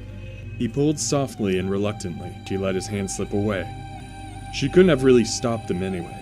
As hard as it was to accept, the fiercely independent woman she had been was having to come to terms with her current state of vulnerability, and it was having to do it so damn fast that it probably wasn't good for her psyche. The state of dependence she had been forced into was bringing back emotions not felt since early childhood, and random thoughts that were better suited keeping their distance. "Don't leave me, Daddy. I'm scared of the dark without you." She followed his hustling progress as well as she could with his offering. "Almost got it. Here it is, and I'm coming back now," to aid her as he went. Laura could hear his heavy breathing again once he was only a few feet away, but he never quite made it back to her side. The door to the Rainbow Room's main entrance did close and lock without warning, sealing off the space between them with an airtight and soundproof glass door. If she hadn't lost the ability to see, the sight of Nick screaming and pounding on the other side of the door, eyes wild and panicked, would have probably made her sick. Instead, her only awareness was of the low vibrating hum of Concourse Delta and the complete and utter helplessness felt in the pit of her stomach. It was 1979 again, and all she wanted to do was pull the sheets over her head to hide from the monsters under her bed and in her closet. Laura could feel herself regressing exponentially, and she was getting dangerously close to the point of not coming back. "Laura," a voice broke through her psychological swan dive. A familiar voice, and the joy she felt upon hearing it played a crucial part in holding back the madness. There was still fear that it may have been an auditory hallucination, and when she heard, "Oh God, Laura, it is you," her chest swelled as she tried to keep her ailing eyes from producing any tears. "Rukia," she cried towards the direction of the voice, and then the women were clutching each other in a warm embrace. It seemed like a lifetime since they had been together face to face, and yet neither of them wanted to let go. "I was so worried about you, Rukia. I thought maybe Commander Milner had done something to you," Laura whispered as they hugged. "I'm sorry, Laura. I couldn't say anything until I got you away from Nick. I've been monitoring you guys and waiting for a chance to isolate you. You have no idea how lucky you are." Laura pulled back and shook her head. "I don't understand. Nick was trying to help." "No, Laura, you don't understand." Rukia's voice had something of an edge to it. "I don't know what Geary said or did to you, but he's a master liar. If I were to tell you what he had planned for all of us, it would sicken you. This man is a lunatic. I probably saved your life." That was so hard to believe. Nothing anyone was saying seemed to make any lick of sense. Laura made a half-hearted attempt to sort the drastically different accounts, and she remembered the most important thing. "Dimitri. We have to go back and help Dimitri." "Yeah," Rukia agreed. "We do. I already moved Wang to a secure location, but Commander Kaspersky will still need our assistance. I managed to get him on a stretcher, but haven't had a chance to move him. I thought it was more important to stay close to you and Geary, watch for my opportunity. I don't know what I would have done if he had hurt you." Laura could hear the sincerity in her voice, and it did nothing but further her cloud of ability to judge the situation. If she could just get a clear picture of exactly what was happening on Olympus, it would make dealing with it a whole hell of a lot easier. "Where's Commander Milner in all of this?" Jill Milner felt like the missing piece of the puzzle. "In the last communication you said she'd been put, in the brig? Is she still... can we find her?" "Definitely." Rukia squeezed Laura's hands, which she'd still been holding. "I got her out of lockup shortly after I was able to free myself. We can go see the commander right now." Not what Laura was expecting. The revelation came as a genuine shock, and despite the other woman's words, she couldn't stave off the feeling of mistrust she had for the OSS's should-be former commanding officer. Maybe it was just the fact that she was the only crew member Laura had yet to encounter, but ever since the first signs of chaos aboard the station made themselves known, she stayed behind the scenes. It seemed logical to presume that she was the one pulling the strings behind the crew's animosity. She was the commander after all. "Okay, let's do that." Laura was still wary, but she needed to know. Commander Milner, or Jill, if she believed Nick, could either be a strong ally, if there was a schism in power here, or she will have found the mastermind behind all of their current troubles. Rukia said okay, and Laura let her lead the way, making better progress than she did with Nick's insistence on her sneaking, but amazed, nonetheless, that her muscles allowed her to continue on at all.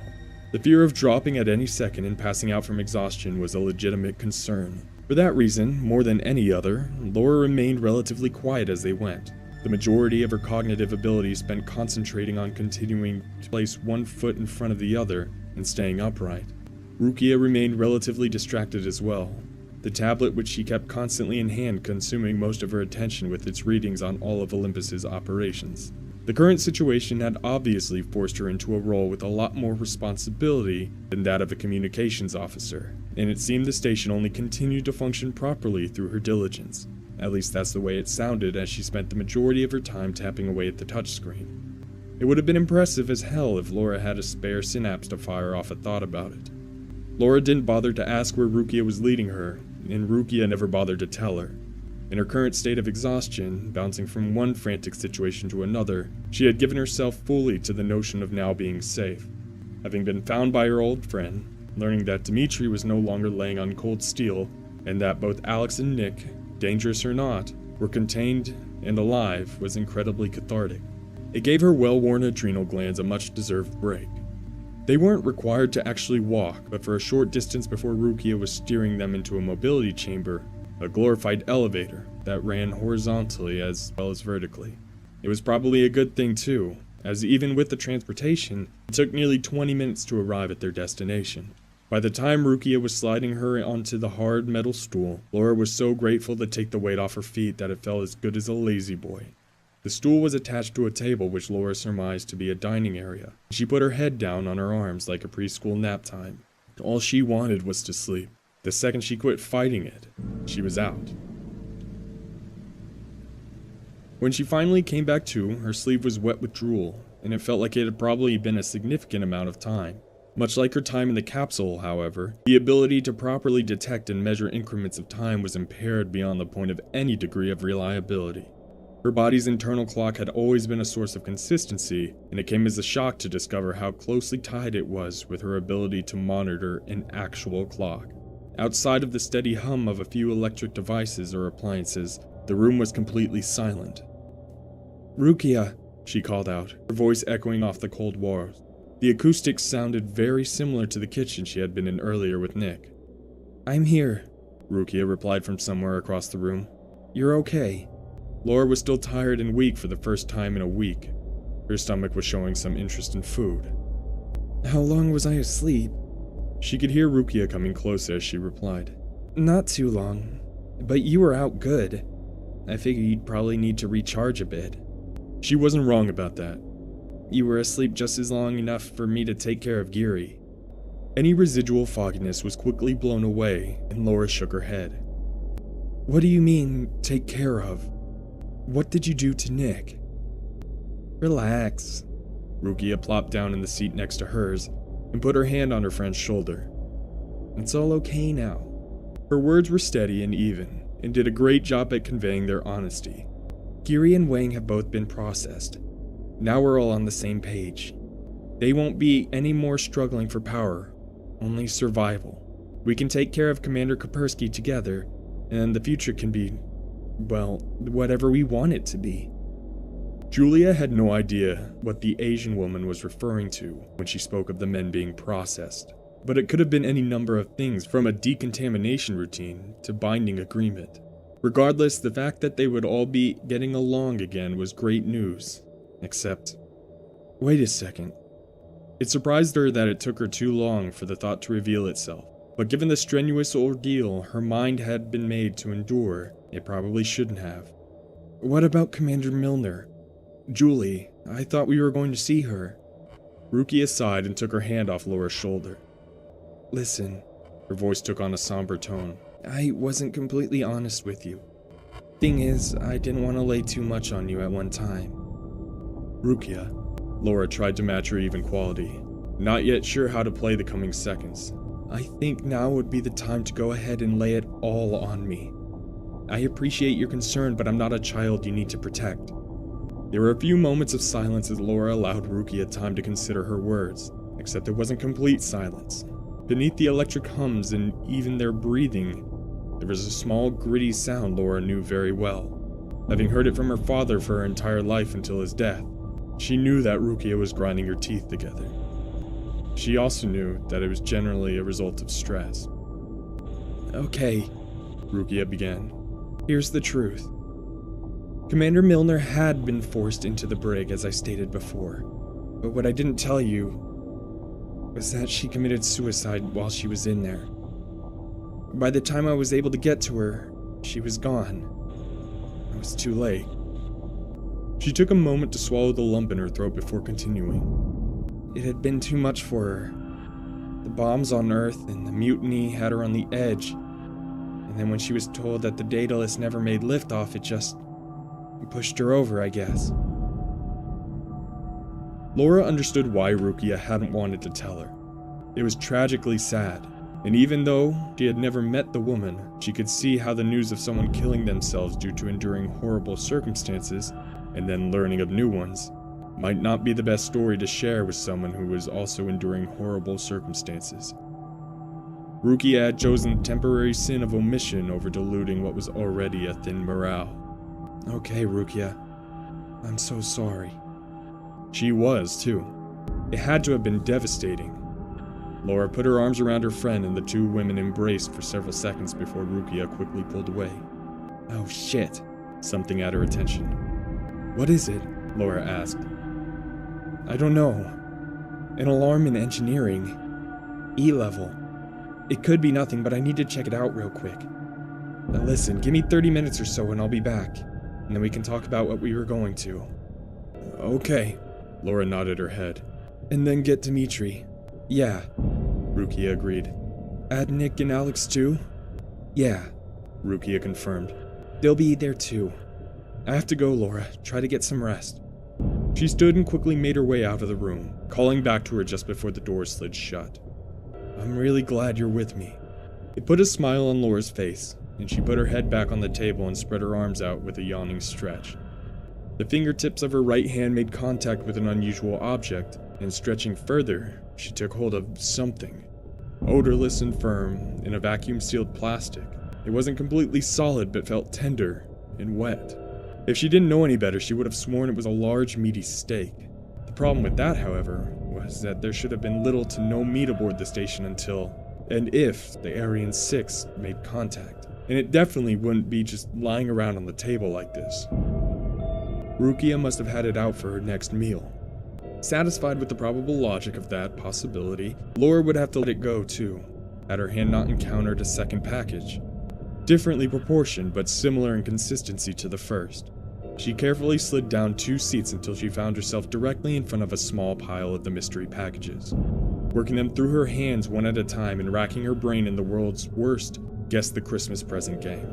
She finally came across one she could recognize, and it made her throw up a little in her mouth. It was a human foot. The horror that gripped her as she held the wrapped appendage in her hands would not allow her to drop it, even though that was all she wanted to do. Her mind seemed as frozen as her body, and the only thought she could produce was, "This can't be real," which repeated over and over. It took a considerable mental exertion to free her hands off the offensive object, and Laura struggled to consider her options. Was she really just going to sit here and wait on Rukia without knowing for sure? There was always the possibility, albeit unlikely, that she had misconstrued and misinterpreted what she thought she just felt, but she had to know for sure. Reluctantly, she slowly peeled away the gel-infused bandage from her eyes and tried blinking several times. Remarkably, and with complete thanks to the Prometheus injection, they were already significantly better. There was a slight burning sensation in a large black spot that filled the center of her vision, but the flashing was gone, and if she concentrated, she could make out the items on the edges of her periphery without actually looking directly at them. It took several mind-numbing minutes of practice and an onsetting headache before she could turn herself at the proper angle to discern the pile of packaged meat. And yes, it was meat. It was identifying a woman's hand that put her in motion. It was definitely time to get the hell out of there. Scanning the room, and in turn locating the exit, proved to be even more difficult. Every time she thought she saw something useful, her instinct was to look at, and then obscure whatever it was. It was frustrating to no end, but it was better than being blind. Sorting out her environment was time-consuming, but it eventually came together. She was in another kitchen, a very large kitchen, which seemed to spread out endlessly. She had navigated past a couple of preparation tables before stumbling across a large wooden butcher's block, drenched in bright red blood, which she could only take in at a cockeyed angle. There was something with stained metal buried in the wood, but the persistent instinct to look right at it kept her from fully distinguishing its form. it was disturbing nonetheless, and her best guess was that it was a meat cleaver. Walking sideways to navigate her way around the gory table, she nearly lost her balance when her foot slipped in a slicked puddle of red. Even with her poor tracking abilities, the sickening trail of blood was easy to follow, leading past the pile of soaked and shredded OSS uniforms and straight to the vacuum sealing machine, where it began to dry and become sticky. A pile on the large table next to the machine, designed to maintain the freshness of food for the long haul of deep space, nearly took her breath away. Segmented parcels made it impossible to equate to human form, but the sheer mass of it dictated that it had to be more than one person. Laura's stomach lurched violently, and she was suddenly grateful there was nothing for it to produce. Had Rukia done this? Was she looking at the remains of Alex, Nick, and Jill? It seemed inconceivable, and was at such odds with everything she knew as sanity. Spinning on her heels and nearly slipping in blood once again, Laura decided she had lingered long enough when the door, which she had yet to locate, slid open somewhere to her left. She cocked her head and did her best to target the direction, but could make out very little beyond the fact that someone had entered. Laura, don't freak out. Rukia was back, and she was taking slow, deliberate steps in Laura's direction. You need to let me explain. With each step her friend took toward her, Laura would take one in the opposite direction, keeping her neck strained at the uncomfortable angle required to pinpoint the movement. This is just about simple math. Without the supplies from the Ariane 6, 6 people would have survived for no longer than 3 weeks. That's it. 3 weeks. And then we all die horrible deaths anyway. Laura nearly fell over a plate stand, knocking the top 2 or 3 to the floor with a crash, and for a split second, lost Rukia completely. Fortunately, she didn't seem to be trying to take advantage and continued with the slow pace of both her words and her steps, allowing Laura plenty of time to locate her again. However, if we supplement our resources with 800 pounds of high-protein meat and cut that number down to 2, then, well, we can make it. We only have to survive for 2 years before it would be safe enough to take the Daedalus back to Earth. I've worked this problem through several times. Laura, you have to believe me. There's only one way for 2 people to make it out of this alive. Still backing away and sickened to her core, Laura didn't know how to reply. The reality and full implications of Rukia's words were slowly seeping into her realm of acceptance, one dreadful thought at a time. Nick said Rukia told them the Daedalus didn't make it. Rukia said Jill killed herself from hearing the same thing. It was Rukia all along. She was responsible for all their deaths. Laura's faith in human nature was being torn away, one painful strip at a time, and she could feel the qualities that made her the person she was going with it. No matter how this situation resolved itself, she would be a fundamentally different person afterwards. Then there was the big question. Why hadn't Rukia tried to kill her? When she said 2 people, had she meant the 2 of them? If that was the case, then... Oh dear Lord, no. 2 people, Laura blurted out, surprising even herself with the volume. Rukia, did you kill them all? What about Dimitri? Did you kill Dimitri? The combination of her forceful screams and still trying to keep Rukia's general vicinity in view sent Laura backwards, and she braced herself against a table to keep from tumbling over. As soon as she felt moisture on her hands, she knew which table she had grabbed. Too furious to be revolted, she held her bloody palms up in what she hoped was the right direction. Is this his blood? She screamed, again before pausing to let Rukia respond. Rukia sighed, and this time Laura could barely hear it over her own panting. Now that she was relying more on her eyesight again, her cochlea and eardrums were no longer pulling Superman duty. Laura. Rukia's voice sounded like she was talking to a small child who would barely understand the words. I already told you. It's going to take 2 of us to process him.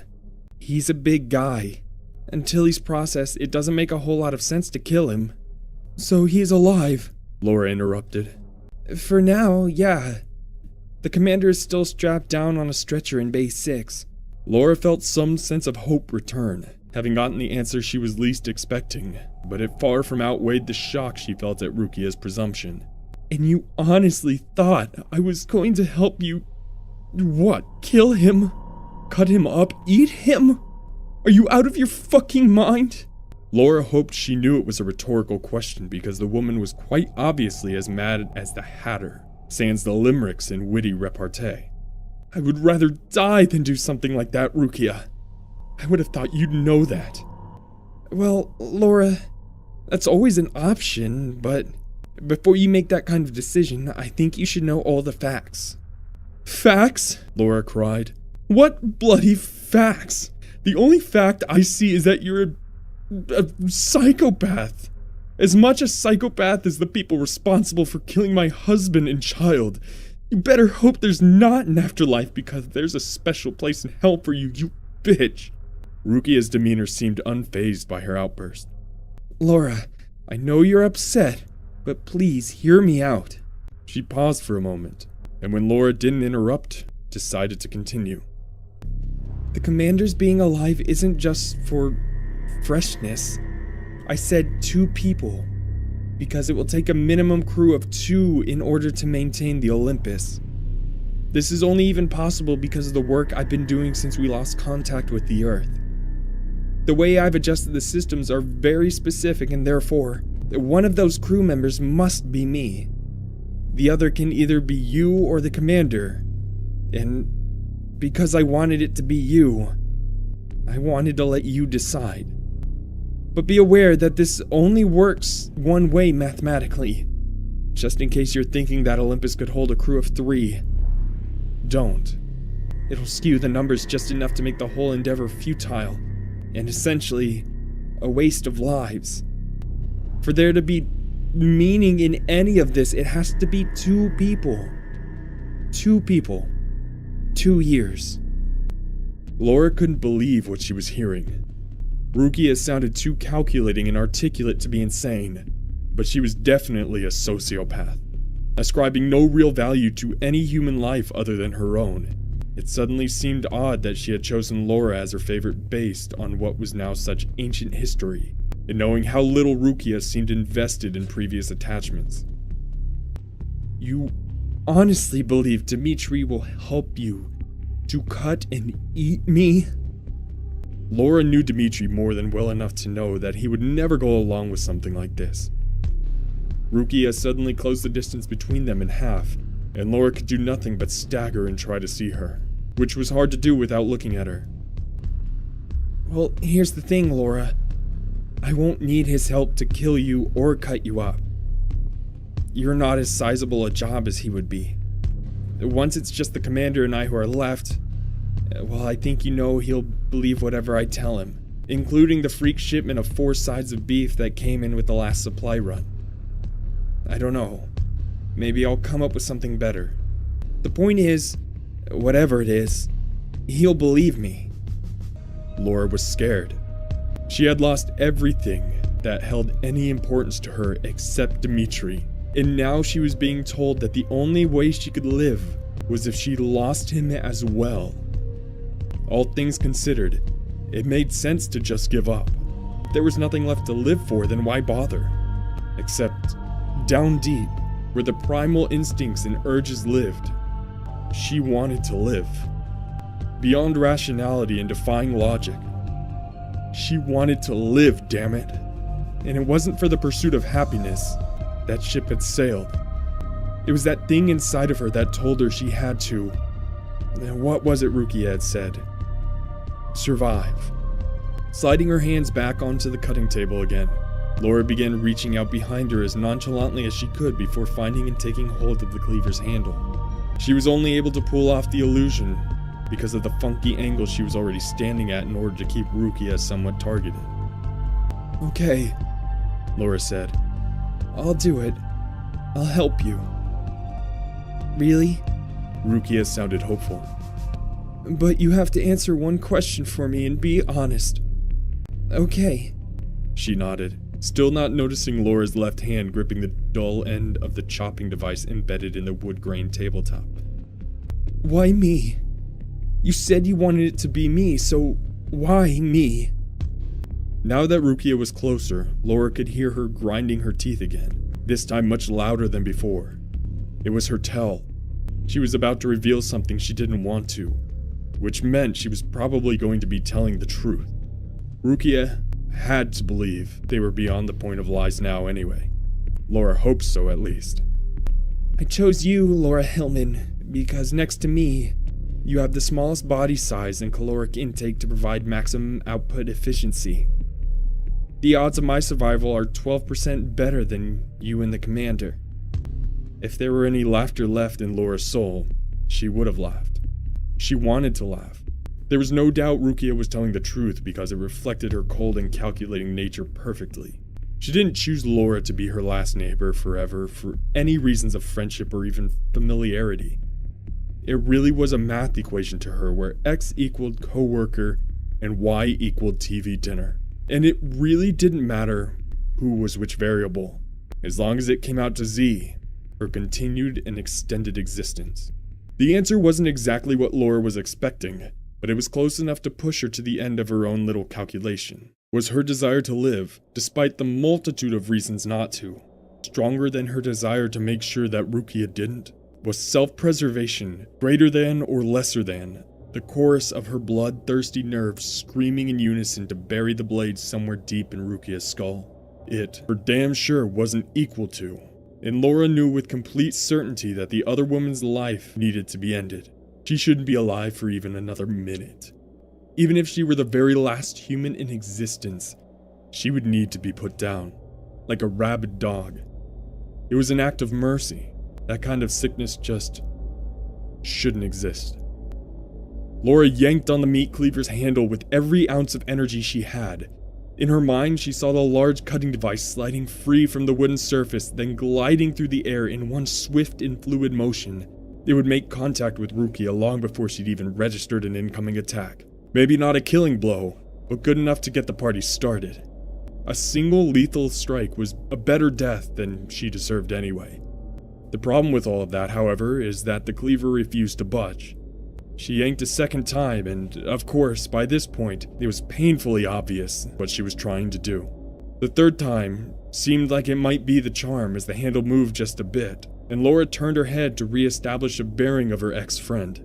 Inconveniently timed as it was, she was able to catch the movement before her nose took the worst part of Rukia's fist, shattering the bridge and sending her sprawling to the floor in a pool of other people's blood. Her face felt like it was on fire, except burning from within. Laura tried looking up through the red haze and could barely see Rukia straddled over her. The psychopath was so close to that black spot only concealed her face and chest, so Laura was able to easily detect the meat cleaver dangling from her right hand. Sure, after she loosened it up for her. I'm not gonna lie, Laura. I'm a little disappointed, Rukia expounded. For some reason, I really thought you were going to see things my way. I thought we could... Well, I don't know what I thought. I guess it doesn't matter now. She raised the cleaver in a striking position, and Laura held her hand up in front of her face, knowing full well it was a useless gesture. I'll make sure the commander gives a eulogizing toast in your honor the first time we dine on your liver. I'm sure it will be very moving. Laura couldn't see her face, but she could swear she heard a smile in that sick bitch's voice. In the meantime, try not to fight this. Rukia raised the blade over her head, began arcing it down with as much force as she could muster, which, given her already proven ability to butcher, was probably quite a lot. Laura prayed it would be quick and relatively painless, and she wondered if she would get to see Mike and Kevin again. That wasn't the same thing as acceptance. She didn't want to find out what happens when you die. As the blade slid through the air, it glinted the fluorescent kitchen lights on one of its only clean spots and momentarily completed her blindness. In that same instant, there was a hollow pop from across the room which made Laura think, of all things, of champagne open. In the back of her mind, Kevin's voice asked, "Is it a special occasion, Mommy?" Perhaps it was. Rukia suddenly lost her grip on the deadly cutlery, sending it flying from her hand and clinking away unseen. And Laura had no idea what had happened. Due to the flash of light in the ever-present blank spot, she was unable to see the look of astonished surprise on Rukia's face. Nor did she see the thin line of red that had begun to run down her cheek from the tiny hole in her temple. Laura remained frozen in her spot on the floor like a child waiting for an admonishment. For the several long seconds that Rukia continued to stand there, face burning, eyes stinging. She waited for some type of aggressive impact. The fight all but beaten from her, and it came as a complete shock when her tormentor tumbled down on top of her, crumpling into a mobile pile. Laura screamed and desperately tried to pull herself from beneath the lifeless body, much heavier than she would have imagined, while her hands and feet slipped in the blood. For one horrifying split second, she was convinced that it wasn't going to happen. And then Rukia's body was lifting itself off of her. No, it was being lifted. Another second later, she was too. The searing ache and pooled blood around her nose and eyes had her nearly blinded again. But she knew she was safe the moment she felt the strong arms wrap around her and lock her into their embrace. It was Dmitri, her commander, co-pilot, protector, and dear, dear friend, had promised to keep her safe no matter what, and somehow, he kept his promise. Held tightly in his arms and covered in blood, it was the only place in the universe that she wanted to be in that moment, and Laura found herself unable to hold back the torrent of salty tears, despite the acidic pain they brought with them. Seemingly, the roller coaster ride of emotions had come to an end, and it had cost her everything to ride. The relief that it was over, even for just that moment, was like nothing Laura had ever dreamed or desired. Over the next 12 hours, she passed in and out of consciousness. Dmitri had set her up in a med bay near Prometheus so that she could take hourly injections. Prognosis was 20/20 eyesight in 3 days, and broken nose healed in about a week. But the first few hours were obviously going to be the worst, and the pain medication kept her from asking any questions. At the 4th hour, after the most intense pain had passed and the opiate fog had subsided somewhat, she mustered the single word that covered her wide range of inquiries. How? I'm a big guy, Dmitri had chuckled. How long do you think I would stay unconscious? But Laura pressed. she says she had you tied down. Dmitri laughed again, and Laura reflected on just how much she had missed that sound, and how close she had come to never hearing it again. I'm Dmitri Kapersky. His tone said that should be answered enough. Laura had always thought that she knew what that meant, but now, she hadn't known anything. The commander's reputation was one of legend, and one wouldn't have been faulted for thinking that it was, in large part, an exaggeration. Not that she ever had, but they would have been wrong. If anything, his lore was probably under-embellished. For Laura, at least, he was nothing short of a friggin' superhero. While gently cleaning and doctoring her wounds, Dmitri proceeded to tell her the story. I think we've got time, he said sarcastically.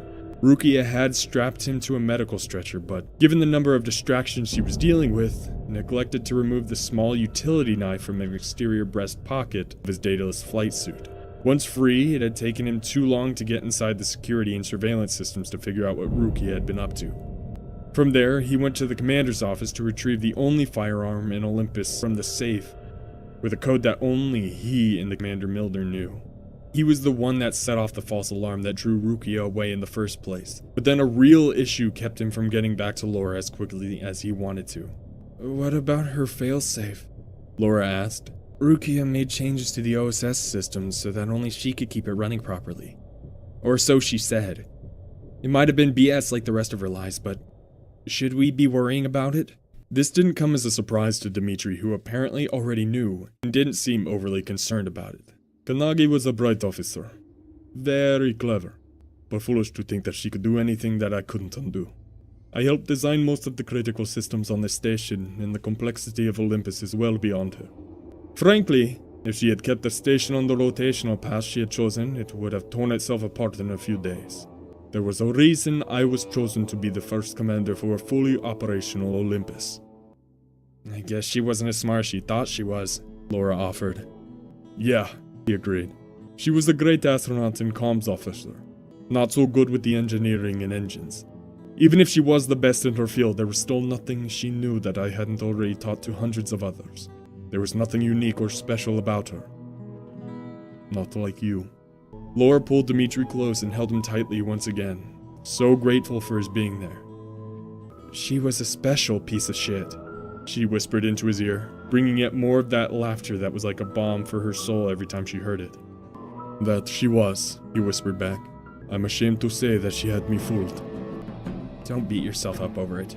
She had us all fooled. Dmitri nodded, and a grim expression came over his face. Laura had mixed feelings over it. It was never a look she wanted to see on his face. It was hard not to feel some joy in the fact that she could see it. There was still some blurriness and the fine details were obscured, but Prometheus had delivered on its promised miracles. What is it, Dmitri? She could tell that he was considering whether or not to reveal what was weighing on him, and decided that the concealment of information was coming to an end once and for all. You don't get to decide what's for me to know and not for me to know anymore. It's just us. We have to tell each other everything. Do you understand? His face went grim, indecision to solemn certainty.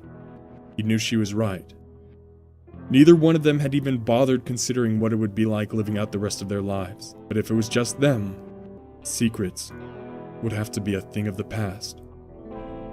Okay, Dmitri began, and Laura could tell that the words were hurting him to say. The reason I didn't get back to you quicker, when I distracted Kanagi earlier, was because of an incoming transmission from... He sighed and shook his head. The Ariane 6. She'll be here in 10 hours. Laura's face ran pale with quiet shock and her eyes began to pool with fat tears, even though she was sure they had all run dry. The Ariane 6 and all her supplies had actually made it. Rukia Kanagi's horrific algebra was pointless. Not that her reason for murdering the people that trusted her was a good one in the first place, but now, even it had no merit. Her callous selfishness was the perfect cosmic reflection of the evil motivations that coaled the Earth with nuclear fire, and in the end, it proved to be just as meaningless. It was sickening. Rukia had known damn well that it was impossible to ride off the automated transfer vehicle without some time passing, as she claimed to have told her crew. And yet, she had begun to implement her cannibalistic plans within hours of the first bombs falling. It wasn't calculating. It was evil. After several minutes of stunned, silent sobbing, overwhelmed by the sadness of it all, Laura finally shook her head and asked, Is this what we are as a species? Murderers, takers, destroyers? Is this what humanity is? She paused to sigh, but it came out as a mournful moan instead. Because I don't think I know anymore. Dmitri put his hand to her chin and pushed her healing eyes to meet his own. We, you and I, Demetra and Laura, Olympus, are what humanity is. Our species is whatever we decide to make it. Laura nodded in agreement, and in the coming days, weeks, months, and hopefully years, what we need to be is strong.